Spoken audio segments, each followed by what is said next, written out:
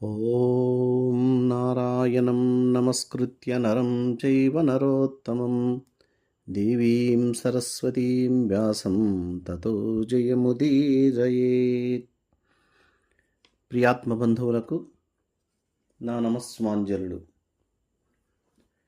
జ్ఞానవాసిష్టము ప్రవచనములలో భాగంగా ఈ 13వ ఎపిసోడ్లో అహంకారమును గురించి, మమకారమును గురించి వివరంగా తెలుసుకుందాం. వశిష్ఠ మహర్షి శ్రీరామచంద్రునితో, ఓ శ్రీరామచంద్ర, సంసార సముద్రమును తరించు విషయంలో సజ్జన సాంగత్యం చాలా దోహదపడుతుంది.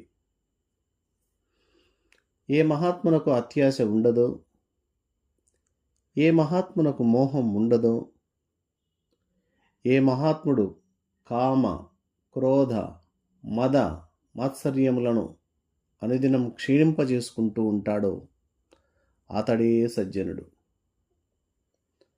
అలాంటి సజ్జనుడు శాస్త్రానుసారముగా ఆత్మ అనాత్మల వివేకం కలిగి ఉండి కర్మలను ఆచరించును. అట్టివాడే సజ్జనుడు. అట్టివారిని సేవించడమే, అట్టివారితో సాంగత్యం చేయడమే మోక్షమునకు మార్గం. సంసారం అనగా నేను అనే పదమునకు సరి అయిన అర్థమును తెలుసుకోలేకపోవడమే. అలా కాక నేను అనే శబ్దము యొక్క అర్థమును చక్కగా తెలుసుకుంటే, అనుభవపూర్వకంగా తెలుసుకుంటే, ఆ అహం నిత్య శుద్ధ చిదాకాశమే అవుతుంది. అప్పుడు సంసారమే ఉండదు. వర్తమాన జన్మలోని వృత్తులు వాసన రూపంగా మార్పు చెంది మరణం తర్వాత మరుజన్మకు ఆ వాసనలే కారణమవుతున్నాయి.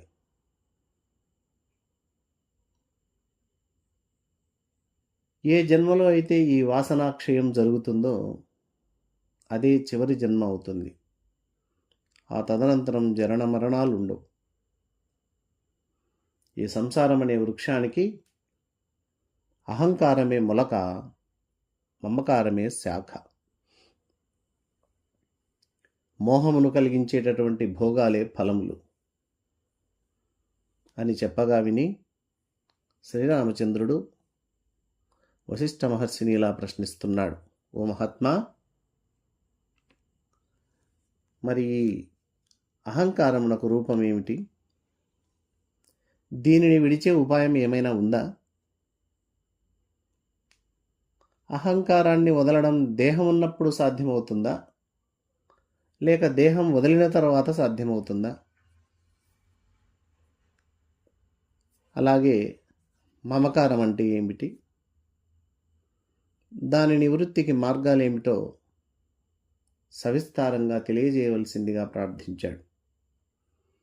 అప్పుడు వశిష్ఠ మహర్షి ఇలా చెప్పాడు. ఓ రాఘవ,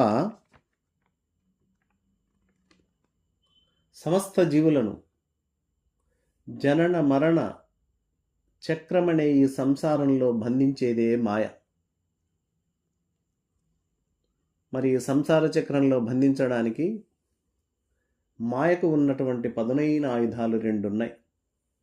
అవే, ఒకటి అహంకారం, రెండు మమకారం. ఆత్మ సాక్షాత్కార దిశగా ప్రయాణం చేస్తున్నటువంటి సాధకులను అడ్డుకుని ఆ మార్గంలో ముందుకు వెళ్లకుండా నిరోధించేవి ఈ అహంకార మమకారంలే. ఈ అహంకారము చాలా రూపాలుగా తలెత్తుతుంటుంది. నేను విద్యావంతుణ్ణి, ఇది నేనే చేశాను, నాకంటే గొప్పవాడెవరు, నాకంటే తెలివైన వారెవరు, ఇలా ప్రదర్శింపబడేవన్నీ అహంకార రూపాలే. అహంకారం ఏ రూపంలో ఉన్నను అజ్ఞానం ఉండే తీరుతుంది. ఈ అహంకారం ఉన్నంత వరకు ముక్తి కలిగే ప్రసక్తే ఉండదు. ఈ అహంకారము 3 రకాలుగా లోకమునందు ఉన్నది. అందులో 2 శ్రేష్టములైనటువంటి అహంకారములు. ఈ రెండింటిని అందరూ ఆచరించవచ్చు. మూడవదైన అహంకారాన్ని ప్రతి ఒక్కరూ సంపూర్ణంగా వదిలిపెట్టాలి. వీటిలో మొదటి అహంకారము, ఈ ప్రపంచమంతా నేనే పరబ్రహ్మమును, నాకంటే అన్యమైనది ఏదీ లేదు అనేటటువంటి పారమార్థిక అహంకారం. ఇది మోక్షాన్నే కలిగిస్తుంది తప్ప బంధించదు. అలా రెండవ పారమార్థిక అహంకారం, నేను ఈ ప్రపంచమున కంటే భిన్నస్వరూపుడను, నేను సర్వసాక్షిని, నాకు ఈ ప్రపంచ వికారములతో సంబంధం ఏమీ లేదు అనే జ్ఞానమే రెండవ పారమార్థిక అహంకారం. ఇది కూడా ముక్తిని ఇస్తుంది తప్ప బంధించదు. కాబట్టి పారమార్థిక అహంకారాలైన ఈ 2 శుభకరములే. ఇక మూడవది,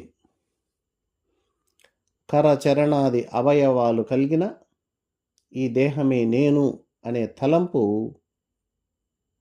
మూడవ అహంకారం. విచారణ లేమి వల్ల, అంటే విచారణ లేకపోవడం వల్ల ఏర్పడినటువంటిది ఈ అహంకారము. ఇది లౌకిక అహంకారం. ఇది నీచాతి నీచమైనది. అందుకే ఎవరూ దీనిని ఆశ్రయించకూడదు. ఈ అహంకారమే సంసార దుఃఖములకు కుదురు లాంటిది. దీనిని ఆచరించినటువంటి వారు, దీనితో ఆవరించినటువంటి జీవులు, జంతువులు, మనుషులు కూడా అధోగతి పాలవుతున్నారు. కాబట్టి ఈ లౌకిక అహంకారాన్ని సంపూర్ణంగా వదిలివేయాలి. దుష్టమగు ఈ అహంకారమును, అంటే ఈ దేహాత్మాభిమానమును నిశ్శేషంగా వదిలితే అప్పుడు మొదట చెప్పినటువంటి శుభ అహంకారములైన పారమార్థిక అహంకారములలో ఏదో ఒకటి లేదా 2 నీ బుద్ధిని ఆశ్రయిస్తాయి. దానిచేతనే పురుషుడు త్వరగా జీవన్ముక్త స్థితిని చెంది కృతార్థుడవుతాడు.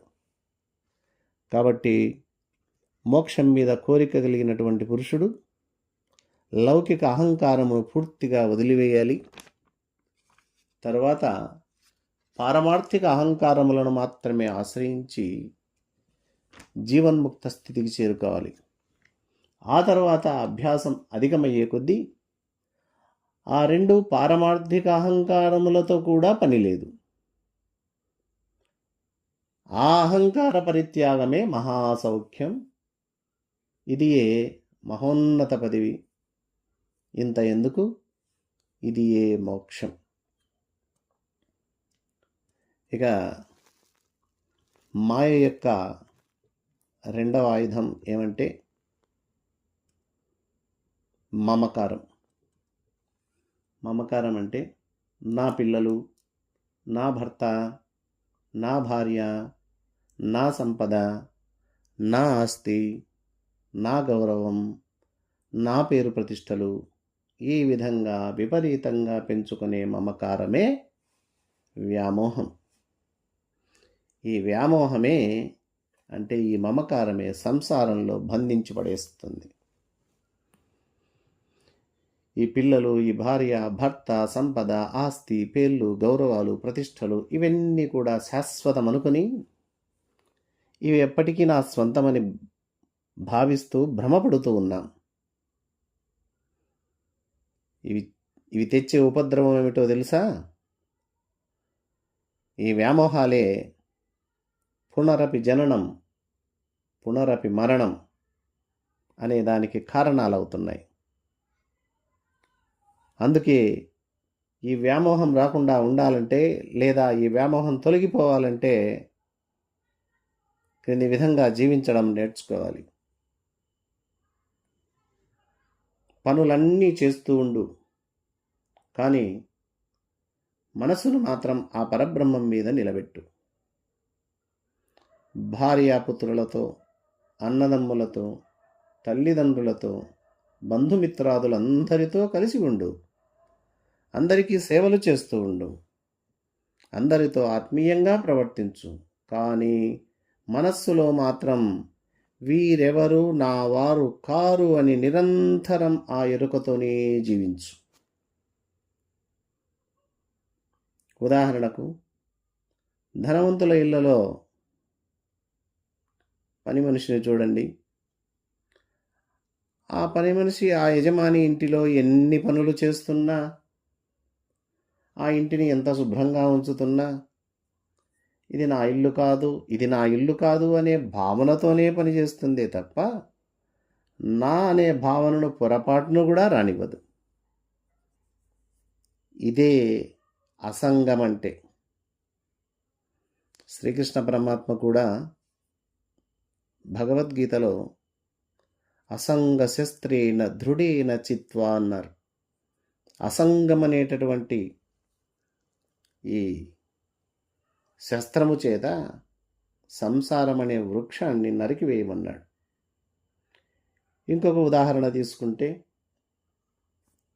తాబేలు నీటిలో తిరుగాడుతూనే ఉంటుంది, కానీ దాని మనసు ఎక్కడుంటుంది? దాని మనసు మాత్రం గట్టు మీద తాను పెట్టిన గుడ్ల మీదనే ఉంటుంది.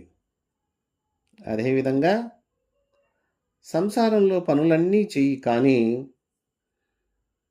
మనస్సును మాత్రం ఆ బ్రాహ్మీ స్థితి అందే ఉంచు. నేను కర్తను అని ఎప్పుడూ భావించొద్దు.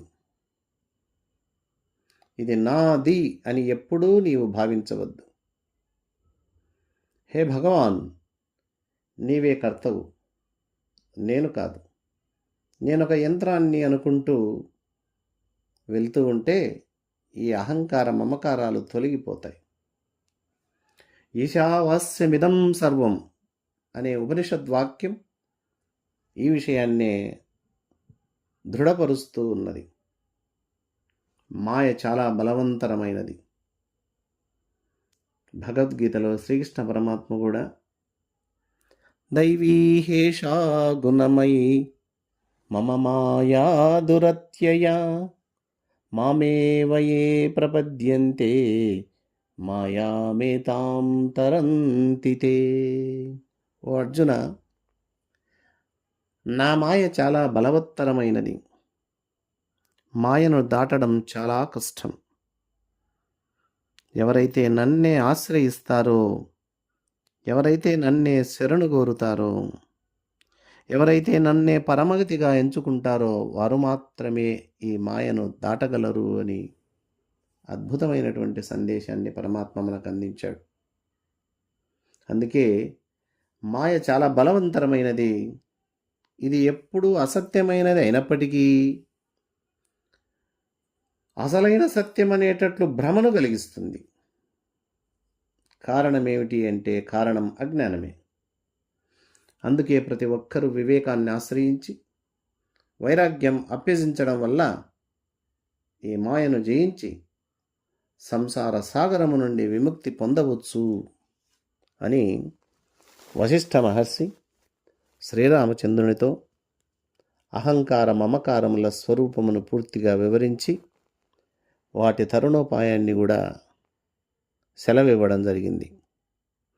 ఈ ఎపిసోడ్ ఇంతటితో ముగిస్తున్నాను. మళ్ళీ తర్వాత ఎపిసోడ్లో కలుసుకుందాం. అంతవరకు సెలవు. హరి ఓం తత్సత్. సర్వే జనా సుఖినో భవంతు. ఓం శాంతి శాంతి శాంతి.